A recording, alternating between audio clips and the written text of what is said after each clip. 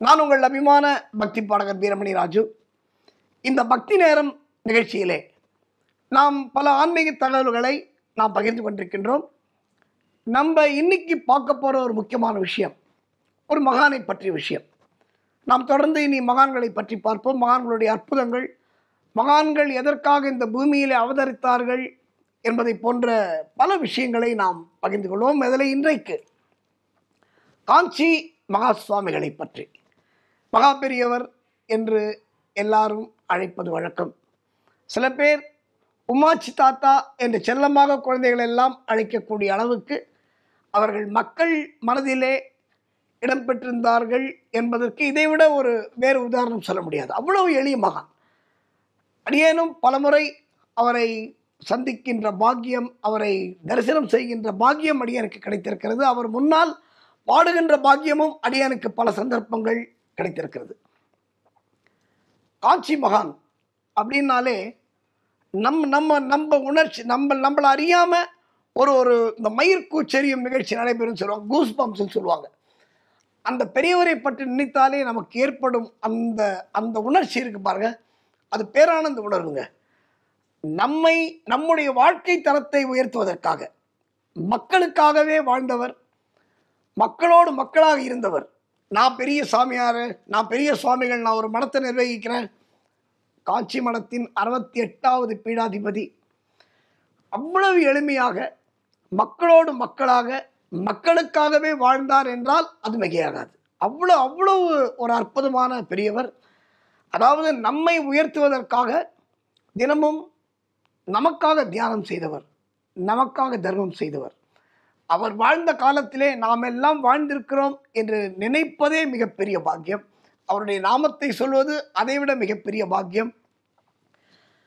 கோடி ஜென்மம் நான் எடுப்பேன் குருவே உன் அருள் இருந்தால், சர்வஞா சர்வவியாபி மகா பெரியவா சேவடி போற்றி, மாய பிறப்பருக்கும் மகா பெரியவா போற்றி போற்றி, தென்னாடுடைய பெரியவா போற்றி, என் நாட்டவர்க்கும் பெரியவா போற்றி, காமாட்சி தாய்மடியில் சீராட்சி புரிந்து வரும் நம் ஜெகத்குரு காமகோடி தரிசனம் காண காண கோடி புண்ணியம், அவர் நாமம் அவர் மகிமை கேட்க கேட்க நமக்கு கோடி புண்ணியம். அவரை பற்றி பேசினாலே நமக்கு புண்ணியங்க. அவரை பற்றி பேசுறதே நம்ம பாக்கியம். அவரோடு இருந்தவர்கள், அவரோடு பழகியவர்கள், அவரோடு மடத்திலேயே பணியாற்றியவர்கள், அப்போ அவங்களுக்குலாம் எவ்வளோ பெரிய புண்ணியம் பாருங்க, எவ்வளோ பெரிய பாக்கியம். கருணை மகான் என்று சொல்லக்கூடிய வார்த்தைக்கு மிகவும் பொருத்தமானவர் நம்முடைய காஞ்சி சுவாமிகள். பல லீலைகள், பல அற்புதங்களை அவர் செய்திருக்கிறார். நான் ஒரு வாட்டி ஏகாம்பரேஸ்வரர் இப்போ அவரை பற்றி தெரிந்தவர்கள் பல பேர், அவருடைய மகிமையை அறிந்தவர்கள், அதை சொன்னவர்கள் எல்லாம் நான் கச்சேரிக்கு போகும்போதெல்லாம் நீங்கள் பெரியவரை பற்றி கச்சேரியில் சொல்லுங்கன்னு சொல்லுவாங்க. அது மிகப்பெரிய பாக்கியம். அது மட்டும் இல்லாமல் அடியானுக்கு கிடைத்த மிகப்பெரிய பாக்கியம், பல சந்தர்ப்பங்களில் நான் அவர் கலந்து கொண்ட உபன்யாசங்கள், அவரை தரிசிக்கின்ற பாக்கியம் அடியானுக்கு பலமுறை கிடைத்திருக்கிறது. அந்த விதத்திலே எனக்கு தெரிந்த செய்திகளை நான் முதலிலே உங்களிடம் நான் பகிர்ந்து கொள்கிறேன். காஞ்சிபுரத்தில் ஏகாம்பரேஸ்வரர் கோயில் கும்பாபிஷேகம். ஏகாம்பரேஸ்வரர் கும்பாபிஷேகம்னா உங்களுக்கு தெரியும், அதுவும் காஞ்சிமடம் சார்பிலே நடத்தப்படுகின்ற அந்த கும்பாபிஷேகம் ஒரு மிக பிரம்மாண்டமாக, அன்னைக்கு காஞ்சிபுரத்தில் எங்கே பார்த்தாலும் எல்லாருக்கும் அன்னதானம். காஞ்சிபுரத்தில் எங்கே பார்த்தாலும் அந்த நீர்மோர் கொடுக்கறது, பானகம் கொடுக்கறது, பால் கொடுக்கறது, அன்னதானம் பண்ணுறது, அவ்வளவு பெரிய வைபவமாக ஏகாம்பரேஸ்வரர் கோயிலுடைய கும்பாபிஷேகம் வெகு பிரசித்தியாக நடைபெற்று கொண்டிருக்கிறது. ஒரு 10 நாள் யாகசாலை, பெரிய யாகசாலை போட்டு ஜம்முன்னு ஒரு பிரம்மாண்டமாக சிவனே நேரில் இறங்கி வந்த மாதிரியான ஒரு கும்பாபிஷேகம்.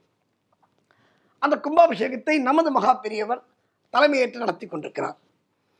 அந்த கும்பாபிஷேக வைபவத்தில் பல பேருடைய நிகழ்ச்சிகள், பல பேருடைய கலை நிகழ்ச்சிகள், நடனம், பாட்டு, சொற்பொழிவு, இந்த இந்த கிராமிய நடனங்கள், அது மாதிரி இந்த கரகாட்டம், ஒயிலாட்டம் எல்லாம் நடக்குது. ரொம்ப கிராண்டா, ரொம்ப பிரம்மாண்டமான கும்பாபிஷேகம்.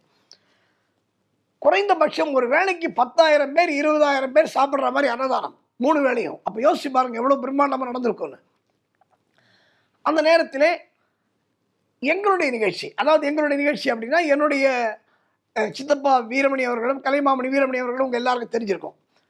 பள்ளிக்கட்டு சபரிமலைக்கு கல்லும் முள்ளும் காலுக்கு மெத்தை சுவாமியே ஐயப்போ ஐயப்போ சுவாமியே. இந்த பாட்டு கேட்காதவங்க இருக்க முடியாது. அதை பாடியவர் என்னுடைய அன்புக்குரிய சித்தப்பா வீரமணி அவர்கள், கலைமாமணி வீரமணி அவர்கள். அந்த பாடலை எழுதியது என்னுடைய தந்தையார் சோமு அவர்கள். நான் இது எதுக்காக சொல்கிறேன் அப்படின்னா, அந்த ஏகாம்பரேஸ்வரர் கோயில் கும்பாபிஷேக நிகழ்ச்சியில் எங்கள் வீரமணி சோமு அவர்களுடைய இசை நிகழ்ச்சி, பக்தி இசை நிகழ்ச்சி. அப்போ நான் வந்து 7 வயசுலேருந்து அவரோட கச்சேரிக்கு போயிருந்ததுனால நானும் அந்த நிகழ்ச்சிக்கு செல்கின்ற பாக்கியம் அடி எனக்கு கிடைச்சது, அப்படி தான் சொல்லணும். ஏன்னா இந்த சான்ஸ் கிடைக்கிறதுன்றது வேறங்க. ஆனால் மகான்கள் எதிர்க்க பாடுறது, அவர்களுடைய அந்த கடைக்கண் பார்வை நம்ம மேலே படுறது, அவருடைய வாஞ்சை நம்ம மேலே படுறது, இதெல்லாம் கிடைக்காதுங்க. காசு பணம் எங்கே வேணால் சம்பாதிக்கலாம். ஆனால் இது மாதிரி மகா பெரியவருடைய ஆசீர்வாதம், இது எவ்வளோ கோடி ரூபாய் கிடைத்தாலும் அந்த சந்தோஷம் நமக்கு கிடைக்காது. அந்த வகையில் நானும் அந்த கும்பாபிஷேகத்திலே, இந்த வைபவத்திலே கலந்து கொள்கின்ற பாக்கியம் அடி எனக்கு கிடைத்தது. அப்போ நாங்கள் வந்து ஏன்னா டெய்லி அந்த கும்பாபிஷேகத்தில் அந்த யாகசாலை பூர்ணாவதி முடிஞ்ச உடனே மகா பெரியவர் ஒரு 10 நிமிஷமோ இல்லை அரை மணி நேரமோ அவருக்கு என்ன தோன்றதோ அவரது கருத்துக்களை அவர் எடுத்து வைப்பது வழக்கம் அந்த கும்பாபிஷேகத்தில். இது எல்லாருக்கும், இந்த பெரியவங்கள் எல்லாருக்கும் தெரிஞ்சிருக்கும். மகா பெரியவர் காலத்தில் வாழ்ந்த பெரியவர்கள் எல்லாருக்குமே இந்த விஷயம் தெரியும். அப்போது கும்பாபிஷேகம் யாகசாலை நடக்கிறது பிரம்மாண்டமாக. வேத மந்திரங்கள், அதாவது வேத சம்ரக்ஷணம், இந்த வேதங்களை பாதுகாக்க வேண்டும், வேதங்களை காப்பாற்ற வேண்டும் என்பதிலே மகா பெரியவருக்கு ரொம்ப மிகப்பெரிய விருப்பம். அதே மாதிரி இந்த கோசாலை வைப்பது, இந்த பசுமாட்டை காப்பாற்றுறது, அந்த பசுமாட்டு மேலே அக்கறை பாருங்களேன். ஒரு ஜீவராசி மேலே கூட அவ்வளவு வாஞ்சையோடு அவர் பழகியவர். அந்த மாதிரி பெரிய வேத சபை நடக்கிறது அங்கே. எல்லாம் டெய்லி 10 நாளும் ஏகாம்பரேஸ்வரர் கும்பாபிஷேகத்தில். இதே ஒரு நாள் எங்களுடைய நிகழ்ச்சி. அன்னைக்கு சாயங்காலம் ஒரு டான்ஸ் முடிஞ்சு எங்கள் வீரமணி அவர்களுடைய இசை நிகழ்ச்சி. இப்போது இதுக்கு முன்னாடி யாகசாலை பூர்ணாவதி முடிஞ்ச உடனே யாகசாலையிலே மகா பெரியவர் பேசுகிறார். கூட்டம்னா காஞ்சிபுரம் முழுக்க ஒளி வெள்ளம் பறவை, என்ன ஒரு லைட்டிங்கு. அது மாதிரி இன்னும் கேட்டால் அந்த காலத்தில் அவ்வளோ வசதி இல்லைன்னா கூட காஞ்சிபுரமே ஒரு திருவிழா கோலம் பூண்டிருக்கிறது. ஒரு பிரம்மாண்டமான ஒரு மக்கள் கூட்டம். எங்கே பார்த்தாலும் மக்கள் தலைகள், எங்கே பார்த்தாலும் பக்தர்கள், எங்கே பார்த்தாலும் காமாட்சி காமாட்சி, ஹரஹர சங்கரா, ஜெய ஜெயசங்கரா என்ற கோஷங்கள். இப்போது நாங்கள் யாகசாலைக்கு வந்தாச்சு. ஏன்னா நாங்கள் ஏன் வந்தோம்னா மகாபெரிவாளை தரிசனம் பண்ணணும். அது மிகப்பெரிய பாக்கியம். கச்சேரி 2ஆம் பட்சம், பெரியவருடைய தரிசனம் முதல் பட்சம் இல்லையா? அப்போது அந்த தரிசனத்திற்காக நாங்கள் கொஞ்சம் சீக்கிரமாகவே கிளம்பி, ஏன்னா அப்போ வந்து இந்த மாதிரி காஞ்சிபுரத்துக்கு, இன்றைக்கி வந்து காஞ்சிபுரத்துக்கு சென்னையிலேருந்து கிளம்பினா 1.5 மணி நேரத்தில் காஞ்சிபுரத்துக்கு போயிடலாம். ஆனால் அன்றைக்கி அப்படி கிடையாது. அந்த ரோட்ஸ் அப்படி இன்றைக்கி இருக்கிற மாதிரி ஒரு பெரிய ரோடெலாம் கிடையாது. அதனால் ஒரு 2.5 மணி நேரம், 3 மணி நேரம், 4 மணி நேரம் ஆகும் காஞ்சிபுரத்துக்கு போகிறதுக்கு. அப்போது நாங்கள் முன்னாடியே சீக்கிரமாக போயிட்டோம். மகா பெரியவர் யாகசாலையில் அமர்ந்திருக்கிறார். எப்படி, அதாவது இந்த காட்சி எப்படி சொல்கிறது அப்படின்னு சொன்னால், கைலாசத்திலே ஒரு யாகம் நடந்து கொண்டிருக்கிறது, ஒரு ஹோமம் நடந்து கொண்டிருக்கிறது அப்படின்னா, பரமேஸ்வரர் உட்கார்ந்து யாகத்தை ரசிப்பது போல மகா பெரியவருடைய தோற்றம், அந்த கருணை முகம், அந்த கருணை கண்கள், அவர் கண்ணை பார்க்க முடியாதுங்க. நான் வந்து அப்போ எனக்கு ஒரு விவரம் தெரியாத வயசு தான். நான் இது வந்து என்னுடைய பெருமைக்காக நான் இதை சொல்கிறேன், தயவுசெய்து நினைக்காதீர்கள். அவருடைய மகிமையை நீங்கள் தெரிந்து கொள்ள வேண்டும் என்பதற்காக நான் இதை சொல்கிறேன். அப்போது எனக்கு ரொம்ப விவரம் தெரியாத வயசுன்றதை விட எனக்கு ஒரு 17 வயசு 18 வயசு இருக்குன்னு வச்சுக்கோங்களேன். அப்போ வந்து மகா பெரியவர்னா யார் அப்படின்னு நமக்கு தெரியாது, அவருடைய மகிமை தெரியாது. எழுத்தாளர் பாலகுமாரன் அவர்கள் சொல்வார்கள் அடிக்கடி, மறைந்த எழுத்தாளர், ரொம்ப அற்புதமான ஒரு எழுத்தாளர், உங்களுக்கு எல்லாருக்கும் தெரிஞ்சிருக்கும். பாலகுமாரன் அவர்கள் சொல்லும் பொழுது என்ன சொல்வார், யோகிராம் சுரத்குமாரை பற்றி பேசும் பொழுது, யோகிராம் சுரத்குமார் உயிரோடு வாழ்ந்த காலத்தில், திருவண்ணாமலையில் உயிரோடு வாழ்ந்த காலத்தில் அவரது மகிமையை யாரும் அறிந்திருக்கவில்லை. எல்லாரும் திட்டுவாங்க, பல பேர். நானே அதை கேட்டிருக்கேன் அவரை பற்றி. இல்லைப்பா அவர் சரியான ஒரு அந்த மனநோயாளிப்பா அவர் அப்படின்லாம் நிறைய பேர் பேசி நானே கேட்டிருக்கேன். அப்போ வந்து பாலகுமாரன் தன்னுடைய குருவை கண்டுபிடித்து, யோகிராம் சரத்குமாரான அந்த குருவை கண்டுபிடித்து அப்போ சொல்லுவார், மகான்கள் வாழும்போது அறியப்படுவதில்லை அப்படின்னு ஒரு வரி சொல்லுவார். ரொம்ப அவருடைய வார்த்தைகள் ரொம்ப அற்புதமான வார்த்தை அது.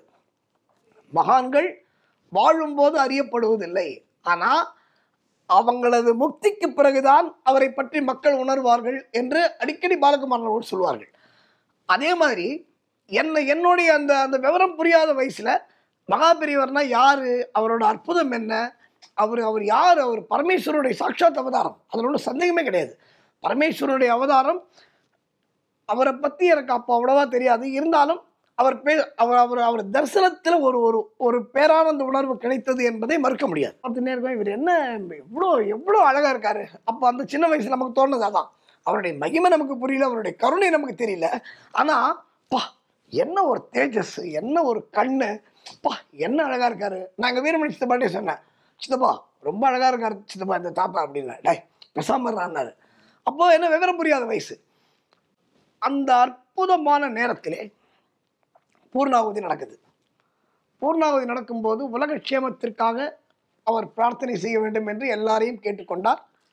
அது மட்டும் இல்லைங்க, அதுக்கப்புறம் அவர் பிரவச்சனம் ஆரம்பித்தார். பிரவச்சனம் அப்படின்னா உங்களுக்கு புரிகிற மாதிரி சொல்லணும்னா டிஸ்கோர்ஸ். அவர் வந்து பேச ஆரம்பிக்கிறார். மகா பெரியவர் ஒரு ஆசி உரை மாதிரி டெய்லி ஒரு 10 நிமிஷமோ 15 நிமிஷமோ அரை மணி நேரமோ அவர் மூட பொறுத்தது அப்படி ஆரம்பிக்கிறார். ஆரம்பிக்கும் பொழுது இப்போ ஏகாம்பரேஸ்வருடைய கருணையை சொல்லி, அந்த ஏகாம்பரேஸ்வரர் எப்படிப்பட்டவர், காஞ்சி காமாட்சி எப்படிப்பட்டவர், அதெல்லாம் சொல்கிறார். இந்த ஸ்ரீசக்கரம், ஆதிசங்கரர் பிரதிஷ்டை பண்ண ஸ்ரீசக்கரம் காஞ்சிபுரத்தில், அதை பற்றியெல்லாம் பேசுகிறார். பேசிட்டு சௌந்தரிய லகரியை பற்றி பேசுகிறார். என்ன அதை மாதிரி ஒரு எனக்கு விவரம் புரியாத வயதாக இருந்தாலும் என்னுடைய மனத்தில் இந்த பசுமரத்து ஆணி மாதிரி பதிந்த விஷயம் அது. சௌந்தரிய லகரியை பற்றி பேசுகிறார். சௌந்தரிய லகரி, அதை நாம் இதை பற்றி நம்ம பேசணும்னா நமக்கு தனியாக ஒரு எபிசோட் வேணும், அது பின்னாடி பேசுவோம்.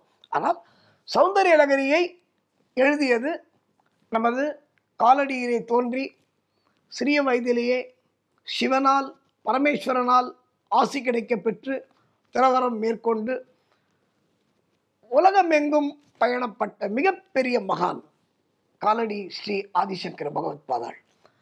அப்போது ஆதிசங்கரர் அந்த சௌந்தரிய லகரி எப்படி எழுதினார், யார் எழுதியது, இப்போது சஸ்பென்ஸாக பேசுகிறார்.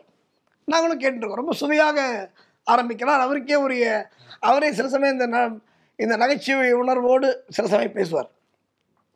பேசும்பொழுது சௌந்தரிய லகரியில் இருந்த ஒரு அற்புதங்களை, இந்த சௌந்தரிய லகரி அப்படின்னாலே அம்பாளுடைய அழகை வர்ணித்து ஆதிசங்கரர் எழுதிய ஒரு அற்புதமான ஒரு நூல் அப்படின்னு தான் நமக்கு தெரியும். ஆனால் எனக்கு தெரிந்தது முதலிலே இந்த விஷயம் மகா பெரியவர் பேசி தான் எனக்கு தெரியும். மகா பெரியவர் பேசும்பொழுது என்ன சொன்னார், சௌந்தரிய லகரியில் ஒரு பாதி வந்து ஏன்னா பார்வதியுடைய அழகை வர்ணித்து எழுதப்பட்ட சௌந்தரிய லகரி, இது எப்படி ஆதிசங்கரர் எழுதியிருக்க முடியும்னு ஆரம்பித்தார் மகா பெரியவர். எங்களுக்கெல்லாம் ஒரே ஆச்சரியம், என்ன மகா பெரியவரே வந்து என்ன சௌந்தரிய லகரி எழுதினது ஆதிசங்கரர் தான் எல்லாருக்கும் தெரியும். ஆனால் அவர் ஆரம்பித்த போது எப்படி திரும்ப ஆரம்பித்தார், பார்வதியின் அந்த அழகு, அதில் அந்த சௌந்தரிய லகரியில் பார்வதியோட கூந்தல்லேருந்து, பார்வதியோட கண்கள்லேருந்து, பார்வதியோட உதடுலேருந்து என்னென்ன அழகு அப்படின்னு ஆதிசங்கரர் சொல்லியிருப்பார். அந்த சௌந்தரிய லகரி படித்தவர்களுக்கு தெரியும். அப்போது இதை மாதிரி ஒரு ஒரு ஒரு அழகை வர்ணிக்கிற விஷயத்தை நமது குருநாதர் ஆதிசங்கரர் எப்படி எழுதியிருப்பார் அப்படின்னு ஆரம்பிச்சுட்டு அப்படியே வராரு. அப்போது பார்வதியுடைய அழகை வர்ணிப்பதற்கான தகுதி யாருக்கு இருக்கு, பரமேஸ்வரனுக்கு தான் இருக்கு இல்லையா? ஏன்னா பார்வதி வந்து அவருடைய மனைவி. அப்போது ஒரு மனைவியோட அழகை பரமேஸ்வரன் எழுதுகிறார், பரமேஸ்வரன் பாடுகிறார். பரமேஸ்வரன் பாடி அவர் எழுதி வைக்கிறாரு. பரமேஸ்வரன் எழுதுறாரு, பார்வதியோட அழகை பற்றி எழுதுறாரு. இது மகாபெரியவர் சொன்ன நண்பர்களே எழுதுறாரு. அப்போ ஆதிசங்கரர் பரமேஸ்வரனை தரிசனம் செய்ய வருகிறார். அப்போ என்ன ஆகுது, பரமேஸ்வரன் கையில அந்த ஓலைச்சுவடிகள் இருக்கு. இதை பார்க்குறாரு. எனக்கு கொடுத்துருங்கன்னு கேட்குறாரு. இல்லை இது கொடுக்க முடியாது அப்படி அந்த வாக்குவாதத்தில் அவர் வாங்கிறார். அவர்கிட்ட வாங்கி கிட்டத்தட்ட அந்த ஸ்லோகங்களை படிக்கும் பொழுது அவருக்கு ஒன்றுமே புரியலையா. இப்போ இதுக்கு ஈக்குவலாக அப்போது பரமேஸ்வரன் என்ன சொன்னாரா, பாதி எழுதியாச்சு மீதியை நீ முடிடான்னாராம். அப்படி எழுதியது தான் அந்த சௌந்தரிய லகரி. இந்த விஷயத்தெல்லாம் மகாபெரியவர் பேசுகிறார். சௌந்தரிய லகரியை முடித்து விட்டு லலிதா சஹஸ்ரநாமத்தை பற்றி பேசுகிறார். இப்போ எங்களுக்கு கச்சேரி பற்றி கவலை இல்லை. ஏன்னா மகாபெரியவருடைய அந்த உபன்யாசத்தை இந்த எள்ளு போட்டால் இந்த எள்ளு விழுற சத்தம் கேட்குமே, இந்த பின் ட்ராப் சைலன்ஸ், அந்த மாதிரி ஆயிரக்கணக்கான பேர் கூடியிருக்கிறார்கள். மகாபெரியவர் சௌந்தரிய லகரியை பற்றி பேசி முடிச்சுட்டு இப்போ லலிதா சஹஸ்ரநாமத்தை ஆரம்பிக்கிறார். அப்போ அவர் சொன்ன ஒரு விஷயம், இந்த பக்தி நேரம் நிகழ்ச்சியை பார்த்து கொண்டிருப்பவர்கள் தயவு செய்து குறித்து வைத்துக் கொள்ளுங்கள். லலிதா சஹஸ்ரநாமம் 1008 நாமங்கள் இல்லையா, அது உங்களுக்கு எல்லாருக்கும் தெரியும். மகாபெரியவர் அன்னைக்கு சொன்ன விஷயம் என்ன தெரியுமா, நமக்கு கொடுத்த டிப்ஸு, ஒரு நாளைக்கு ஒரு நாமம் படித்தாலே போறோம்னார் மகாபெரியவர். ஒரு நாளைக்கு. ஏன்னா நமக்கு இன்னைக்கு எங்கெங்க டைம் இருக்கு. நான் எல்லாத்தையும் அதான் சொல்றது, 24 மணி நேரம் இறைவன் கொடுத்துருக்கான் ஒரு நாளில். இந்த 24 மணி நேரத்தில் நம்ம கடவுளை வணங்குவதற்கு டைம் இல்லைன்னு சொல்றது ஒத்துக்க முடியாதுங்க. தயவு செஞ்சு இது யாராவது தப்பாக நினச்சாலும் பரவாயில்ல நீங்கள். ஆனால் நாம் இப்போ கடவுளை வணங்குறது எதுக்காக, மகாபெரியவர் அதையும் சொன்னார் ரொம்ப தெளிவாக. கடவுளை வணங்குவது, நீ கடவுளை வணங்குறதுனால கடவுளுக்கு எந்த லாபமும் இல்லை. நீ காமாட்சி கோயிலுக்கு டெய்லி போகிறதுனாலையோ, ஏகாம்பரேஸ்வரர் கோயிலுக்கு டெய்லி போகிறதுனாலையோ, முருகன் கோயிலுக்கு டெய்லி போகிறதுனாலையோ, வருஷம் சபரிமலைக்கு நீ போகிறதுனாலையோ நன்மை அந்த கடவுளுக்கு இல்லை. நமக்கு நன்மை, நமக்கு ஆறுதல், நம்முடைய முன்ஜென்ம கர்மங்களிலிருந்து நாம் விடுதலை பெறுவோம் என்ற நம்பிக்கை, என்ற ஐதீகம், அதில் தான் நம்ம போகிறோம் கோயிலுக்கு. அதனால நம்ம கோயிலுக்கு போகிறதுனால நம்ம டெய்லி கோயிலுக்கு போகிறாங்க அப்படின்னு மகாபெரியவர் ரொம்ப அழகாக ஒரு வார்த்தை சொன்னார் காமெடியா. நான் டெய்லி காத்தாலி சாயங்காலமும் கோயிலுக்கு போயிடுவாங்க அப்படின்னு சொல்கிறான் பார்த்தீங்களா, அவனுக்கு சாதுகர்வின்னு ஒரு பேர் உண்டான். சாதுகர்வி, அதாவது இந்த கோவிலுக்கு போகிறத பெருமையாக சொல்கிறது. கோவிலுக்கு போகிறத பெருமையாக சொல்ல வேண்டிய அவசியமே இல்லை. அது ஒவ்வொரு மனிதனாக பிறந்தவன் ஒவ்வொருவருடைய கடமை. அவன் எந்த மதத்தை சார்ந்தவனாக இருந்தாலும் சரி, டெய்லி இறை வழிபாடு என்பது நமது வாழ்க்கைக்கு ரொம்ப முக்கியம். நம் வாழ்வில் பல வளங்களை பெற அந்த தெய்வ பக்தி கை கொடுக்கும் என்பதிலே சந்தேகமில்லை. இது மகாபெரியவர் அடிக்கடி சொல்லியிருக்கார். இப்போ மீண்டும் ஏகாம்பரேஸ்வரருக்கு வருவோம். அவர் என்ன பண்றாரு, இப்போ சௌந்தரிய லகரி ஆரம்பிக்கிறாரு, முடிச்சாரு. லலிதா சஹஸ்ரநாமம் ஆரம்பிக்கிறார். லலிதா சஹஸ்ரநாமத்தில் தினமும் ஒரு நாமத்தையாவது பக்தர்கள் படிக்க வேண்டும் என்று மகாபெரியவர் ரொம்ப தெளிவாக சொல்றார். இதெல்லாம் படிச்சா நமக்கு நல்லது, விஷ்ணு சஹஸ்ரநாமம் படித்தா நல்லது, ராமநாமம் சொன்னால் நல்லது அப்படின்னு பல விஷயங்களை மகாபெரியவர் ஜாலியாக தனக்கே உரிய பாணியிலே பேசிக்கொண்டிருக்கிறார். அப்போது இதுதாங்க எதிர்பாராத ஒரு ட்விஸ்ட் அப்படின்னு சொல்லுவாங்க தெரியுமா. நடுவில் ஒரு பாமரன் அப்படின்னா குறையா சொல்லலை, அவனுக்கு ஒன்றுமே தெரியாது, சாதாரண ஒரு ஆள். நான் அந்த இடத்தில் இருந்ததால் அதை பார்க்கின்ற பாக்கியம் எனக்கு கிடைத்தது. அதனால தான் தைரியமாக உங்கள்கிட்ட சொல்கிறேன். திடீர்னு அந்த பாமரன் எழுந்திருக்கிறான், சாமி அப்படின்னு கூப்பிட்டான். கூப்பிட்டோன்னே எங்களுக்கு எல்லாமே கோபம் வந்தது. இந்த மக்கள்லாம் கேட்டுருக்காங்கல்ல ஆர்வமா, உட்காரியா அப்படின்றான். ஒருத்தன் ஏன்பா தொந்தரவு பண்ணுற, உட்காருப்பா அப்படின்னு ஒவ்வொருத்தன் ஒவ்வொரு பாஷையில் அவர் திட்டுறான். யார் அந்த பாமரனை. ஏன், மகாபெரியவருடைய தொண்டர்கள் அவரோட பின்னாடி நிற்கிறாங்க எல்லாம். இந்த பிரதோஷ மாமான்னு நீங்கள் கேள்விப்பட்டிருப்பீங்க. ரொம்ப ஒரு அற்புதமான ஒரு மிகப்பெரிய மனிதர். அவரை நான் சந்தித்த பாக்கியம் எனக்கு கிடைச்சது. ரொம்ப ரொம்ப அற்புதமான மனிதர். அவரை பற்றி நம்ம அப்புறம் விவரமாக பேசுவோம். அப்போது எல்லாருக்கும் மனத்தை சார்ந்த அந்த நிர்வாகிகளுக்கெல்லாம் கோபம் வந்து, ஏய் உட்காருப்பா அப்படின்னு ஒன்று. இப்போது நம்ம கச்சேரியில் நானே எடுத்துக்கோங்களேன், இப்போ என் கச்சேரியில் யாராவது யாராவது இது மாதிரி எழுந்து கேட்டா உட்காருப்பா, என்ன ஒன்று உட்கார், அப்புறம் பேசலாம் அப்படின்னு சொல்லுவாங்கல்ல. இந்த உலகத்தையே கட்டி காத்த மகான் மௌன நிலையால் 100 வயசு வரைக்கும் இருந்து நமக்காக தவம் செய்த மகான் என்ன தெரியுமா பண்ணாரு? அவர் என்ன பண்ணியிருக்கணும்? நமக்கு சாதாரணமாக கோபம் வரும்ல, அவ்வளவு கருணை வடிவமானவர், அவ்வளவு சாந்த வடிவமானவர். இப்படி திரும்பி பார்த்தார் அவங்கள, யார? அந்த மடத்து சிப்பந்திகளை எல்லாம் பார்த்து, இருப்பா இருப்பா நான் பேசிக்கிறேன் அவன்கிட்ட அப்படின்னாரு. எங்களுக்கு ஆச்சரியமா இருந்தது. திருப்பி மீண்டும் பின் ஆஃப் சைலன்ஸ், நீ இங்கே வா முன்னாடி அப்படின்னாரு. இப்போ அவன் பயந்து போயிட்டான். யாரு? சாமின்னு எழுந்து கேட்டான் பாருங்க, அவன் பயந்து போயிட்டான். நீ முன்னாடி வாப்பா கொஞ்சம் அப்படின்னாரு. எங்களுக்கு என்ன நடக்க போறதுன்னு தெரியல. கூப்பிட்டு திட்ட போறாரா, பேச போறாரா என்னன்னு தெரியல. அவன் முன்னாடி வந்தான். முன்னாடி வந்து இப்படி பவ்யமா அப்படி கையை கட்டின அப்படி நின்னான். உனக்கு என்னப்பா பிரச்சனை? எனக்கும் நிறைய பிரச்சனை இருக்கு. பாருங்க என்ன எவ்வளோ பெரிய விஷயம் பாருங்க.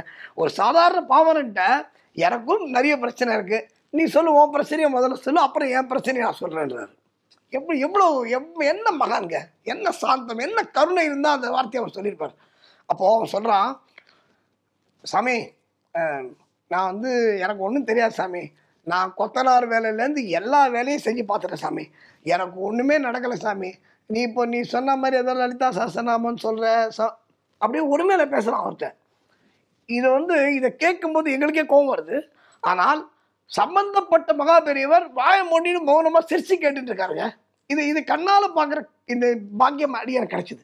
அப்போது அவன் பார்த்து, என்னென்னமோ தொழில் பண்ணி பார்த்துறேன் சாமி, ஒன்று சரி வரல சாமி, என்ன ஏதாவது லலிதா சஹஸ்ரநாமன்ற ஏதோ விஷ்ணு சஹஸ்ரநாமன்ற அதெல்லாம் நமக்கு வராது சாமி அப்படின்னு சொல்கிறான். இதுக்கு மகா பெரியவர் என்ன சொல்லணும்? அப்படியா சரிப்பா, ஏதாவது ஒரு சமாதானம் சொல்லணும்ல, அது சொல்லலை அவர். ஏன்பா லலிதா சஹஸ்ரநாமம் விஷ்ணு சஹஸ்ரநாமம் அதெல்லாம் எனக்கே வராதுப்பா. என்ன ஒரு பெரிய கவுண்டர் பாருங்க. பரமேஸ்வரனுடைய அவதாரம் சௌந்தர்யலகரியும் லலிதா சஹஸ்ரநாமம் விஷ்ணு சஹஸ்ரநாமம் எனக்கே வராது, நீ ஏன்டா அதெல்லாம் போட்டு கஷ்டப்பட்டுக்கிற? நீ ஒன்றும் பண்ண வேண்டாம், உனக்கு நீ என்ன கஷ்டப்பட்டாலும் சரி, இன்னிலேருந்து உனக்கு நல்ல காலம், நீ நேர காமாட்சிகிட்ட போ, காமாட்சி கிட்ட போய் சும்மா நில்லு. இந்த கதையை பத்மஸ்ரீ சுப்புவாறுமுகம் அவர்கள் இந்த நிகழ்ச்சியை வந்து அடிக்கடி தன்னுடைய வில்லுப்பாட்டு இசை நிகழ்ச்சியில் அவர் சொல்லுவாருங்க. அப்போது டேய் நீ ஒன்றும் பண்ண வேணாம், நானும் அதான் பண்ணிட்டு இருக்கேன், எனக்கும் பல பிரச்சனை இருக்குது. என்ன அதாவது ஒரு பாமரனை தனக்கு இணையாக வைத்து அவனுக்கு அறிவுரை சொல்கிறார். என்ன சொல்கிறாரு? எனக்கும் பல பிரச்சனைகள் இருக்குது, அதுக்கு நான் என்ன தெரியுமா பண்ணுவேன், டெய்லி அதனால தான் நான் காமாட்சியை போய் பார்க்குறேன்.